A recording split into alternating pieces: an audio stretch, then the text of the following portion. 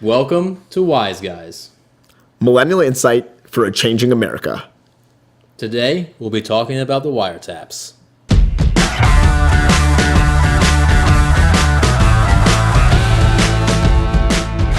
Last week, President Trump took to his favorite policy announcement tool, I think, Twitter, to announce on early Saturday morning that President Obama, the 44th president, had gone ahead and wiretapped him while he was just a candidate and had wiretapped the entirety of his phone communications in Trump Tower.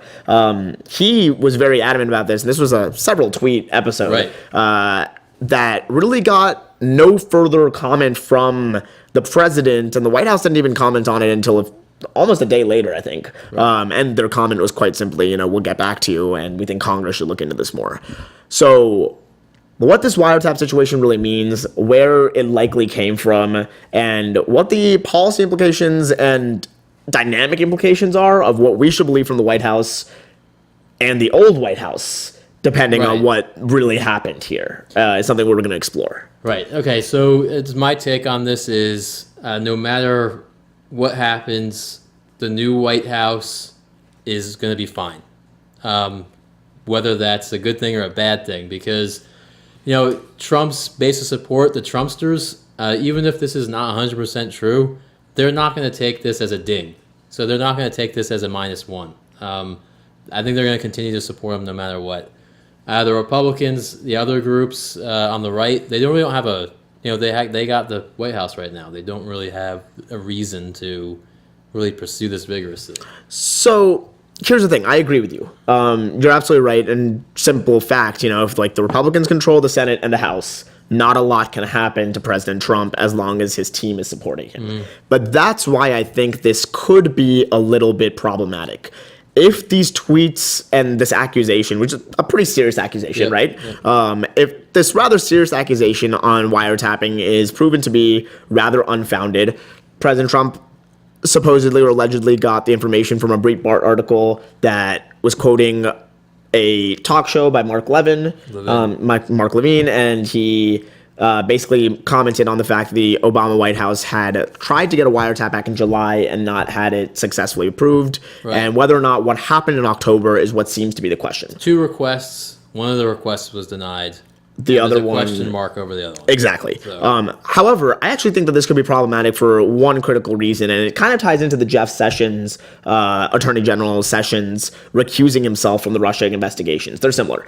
I think that President Trump can only be really hurt by his, really aggressive, hot, off the gun, pretty rash way of approaching a lot of these different things. He comes out swinging. He doesn't really think first about how the best diplomatic way to do it. It's fair to say he reacts. Right. Reactionary. That's a good way to say it. Yeah. Such a reactionary response. I think that the only way it could really negatively impact him is if his own team, the Republicans, start turning. And I think that's what we saw with Jeff Sessions. Jeff Sessions did not recuse himself because the Democrats got really upset. They were upset before, The biggest difference was that Republicans, prominent Republicans at that, leadership, started saying, we think that there needs to be an investigation into the way that Sessions interacted with this guy, with the Russians, or he needs to recuse himself from all things. He recused himself, apparently without the Trump White House's approval, if the White House has apparently been very upset about it recently, too.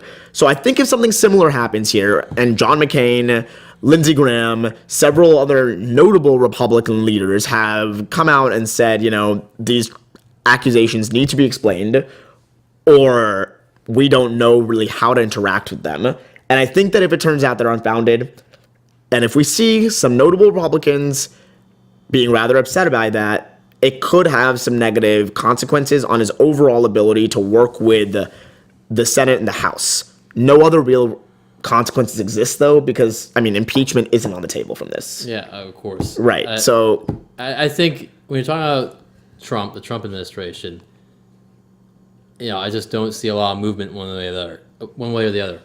Now, when we talk about the old White House, if we're talking about Barack Obama, there's huge downsides here. Definitely.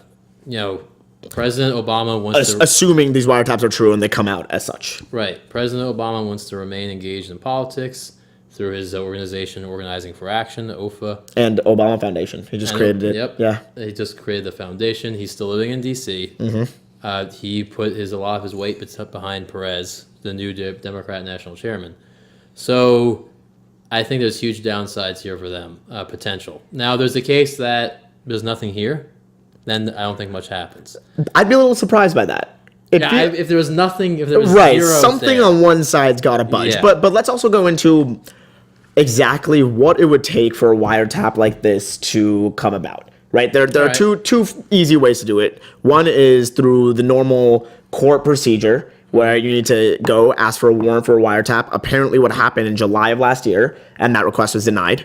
Or there is a special court that does it in effectively a confidential way and can do it with the DOJ asking them, right? Or the FBI, I believe. Right. I mean, I think there's really two routes. Sure. Okay.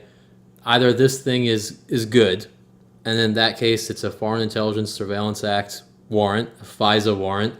It goes through the entire normal judicial process. It's just that judicial process is classified. So there is a court, there are judges, there are lawyers involved.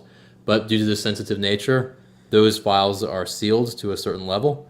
And then, if it was a FISA warrant and there was good justification, then it's kosher. And there's not going to be any problems. I think that's one way it turns out. I think that the target of the surveillance was a foreign national or somebody connected to a foreign investigation. And I do believe that's what it is. I don't think Donald Trump himself was ever even under a question of being wiretapped. Rather, the Trump organization's links to Russians, it seems like. Right. And I think that's one way it could go, hopefully. Now, there's another way this could go. We know that President Obama also has a penchant for going after his enemies. If you look at the IRS, all right, and Lerner, and how applications were handled for Tea Party groups. I'd say he's no different than a lot of prominent politicians in recent times. That's fair. Yeah. But he also went after investigations against Associated Press, against Fox News, and was doing surveillance against them. So if it turns out that the FISA warrant is, on a little bit shaky legs, this is not going to look so great. Right. And I think that's the two ways that it could shake down. Agreed. And I think that we're really waiting on a lot more information, but there are some notable things to keep in mind here. First, the White House official response, which, like we mentioned, was pretty late from when these accusations were made. This was not like a team was ready to go. In fact, their response originally was, we need to try and figure out exactly what we can say here, because no one was ready for... I think part of Trump's staff's problem is that they're constantly running after Trump. Right. I don't think that there's a lot of communication there, but if the president is to be believed, his White House is working perfectly and there's no issues. I don't necessarily believe that, but that is what he says. However, when they did come out, what they said was that we don't want to interfere with any investigations that might be going on. We would like Congress to look into this. That's really interesting to me, because that does two things in my mind. First, it deflects, if you will, the blame from this and the idea that there's anything more they can do onto Congress, which isn't great for the Republican Party, but it's great for the Trump White House, because then, whatever the Democrats are upset about isn't the White House, it should be Congress, I guess. Mm-hmm. And two, it could have served a different purpose, which is that while last week all the conversation was about Jeff Sessions, was about Trump and Russia, was about the potential mistakes that the Trump organization and administration has made, he got rid of that pretty quickly with some Saturday morning tweets. Absolutely. The media forgot all about what was going on last week, and now this has been the thing that's talked about. Right. That's strategic. I think the larger point about this, because we're kind of getting into the weeds, the larger point about this is really Trump's tweets.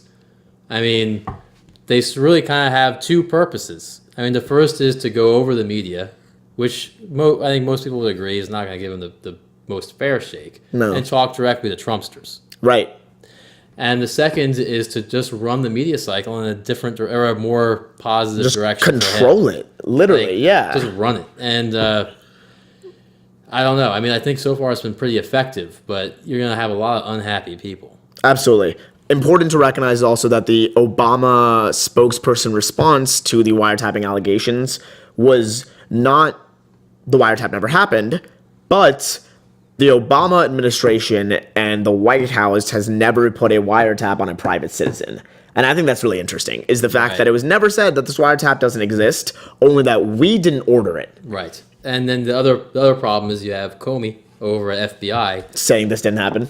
Well, saying that the He would, justice right. He would like DOJ. he said that the FBI should tell the Department of Justice to say that it didn't happen. Right. Which was denied. That request was denied. Which is an interesting way of going about saying that. So, well, I mean, what about former DNI Clapper on Meet the Press, which was unbelievable. So we've got a lot of different high-level national security, I guess, forces behind the scenes, which is not exactly congruent.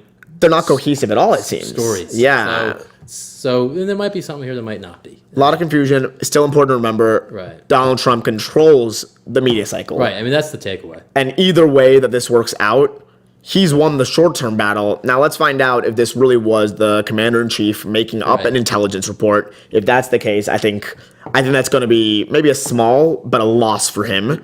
Or it's the other way around, and we find out that the Obama administration did something that, the public will definitely not be okay with. Right. And that will be a much larger loss to the Obama You just got to wait for the substance. Just wait for the substance. Absolutely.